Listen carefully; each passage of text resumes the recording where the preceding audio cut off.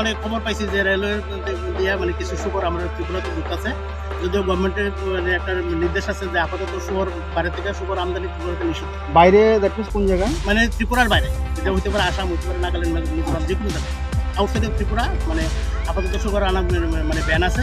তো আমরা যখন খবর পেলাম যে বিশেষ সূত্রে আমরা খবর পাইছি যে মানে কিছু শুকর এখানে আইতেছে, আমরা ত্রিপুরাতে ঢুকতেছে বাইরে থেকে, যার জন্য আমরা এখানে আইছি।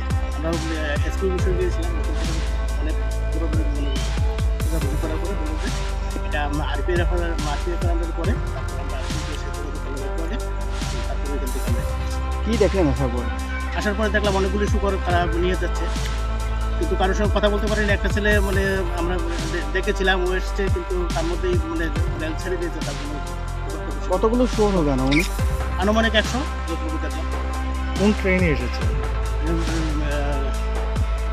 ত্রিপুরা সুন্দরী এক্সপ্রেস।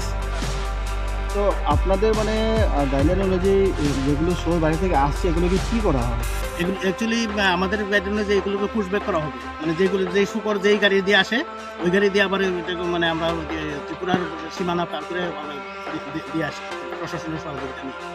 কারণ আমাদের কথা তো কেউ যাবে না, কিন্তু এটা যেহেতু রেলে এসছে এটা তো পুশব্যাক করার সম্ভাবনা কিন্তু আমরা মানে এটা গভর্নমেন্টের নিষেধ, ব্যান করা, গভর্নমেন্টের পক্ষ থেকে এটা ব্যান করা আছে। কারণ যেহেতু বাইরের আউটসাইডে ত্রিপুরাতে কিছু রোগ দেখা দিয়েছিল, তো ওই রোগগুলো যাতে আমাদের ত্রিপুরাতে না আসে, আমাদের ত্রিপুরাতে যে শুকর আছে এগুলো যাতে মানে আক্রান্ত না হয় এবং না মৃত্যু মুখে যাতে পতিত হয়, সেই জন্য এটাকে মানে ব্যান করা হয়েছে বাইরে থেকে শুকর আমদানি।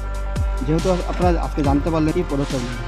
এগুলির ক্ষেত্রে তো আমরা তো আজকে যেহেতু রেলে এসছে কিছু করতে পারিনি। আমরা এখন আগরতলাতে আমাদের যে লোক আছে আমরা খবর দেবো।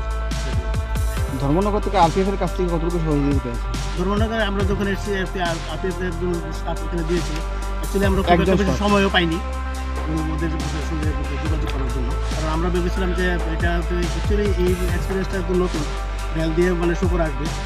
আমরা ভেবেছিলাম যে এটা যে সাধারণ প্রশাসন মানে যে অ্যাডমিনিস্ট্রেশন আছে এসপি, ওইখানেই আমরা যোগাযোগ করেছিলাম প্রথম এসে। তো ওইখান থেকে অনেক পরে বললো যে এখানে আসা, তাই আমরা এখানে আসি। পিক ফার্মার কত বছর থেকে ফার্ম করেছেন? 12 বছর। আজকে রেলওয়ে স্টেশনে আমরা দেখলাম যে কিছু বাইরে থেকে শুকর প্রবেশ করেছে, সেখানে এআইডিডি স্টাফও ছিল। তো আপনারাও দেখছি এসছেন, মানে কি ক্ষতি হচ্ছে এগুলো ঢুকলে আপনাদের যদি খুলে বলেন। আসলে বাইরের শুকরগুলা যখন আসে বিভিন্ন ধরনের ভাইরাস, গত বছরে এইভাবে অনেক শুকর ঢুকছে, ঢুকার পরে আমরা ফার্মের শুকর মারা গেছে সব।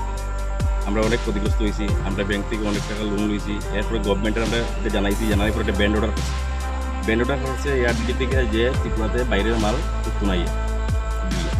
তারপরেও আজকে দীর্ঘ 6 মাস যাবৎ কন্টিনিউ বাইরের শুকরের বাচ্চা, বড় শুকর এইভাবে ঢুকতেছে।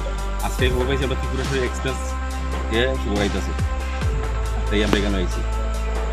তো এই যে শুকর যে বারবার যে ঢুকছে আপনারা বলছেন বাইরে থেকে, তো আপনারা কি কোনো প্রশাসনিক আধিকারিক কাউকে কি হ্যাঁ, আমরা এসপির কাছে আজকে 6 মাস আগে এসপির কাছে কমপ্লিট করেছিলাম, সব টিএসএ কমপ্লিট করেছিলাম, চোরাইবাড়ি থানাতে করেছি, ডামচড়াতে করেছি, সব জায়গাতে করেছি।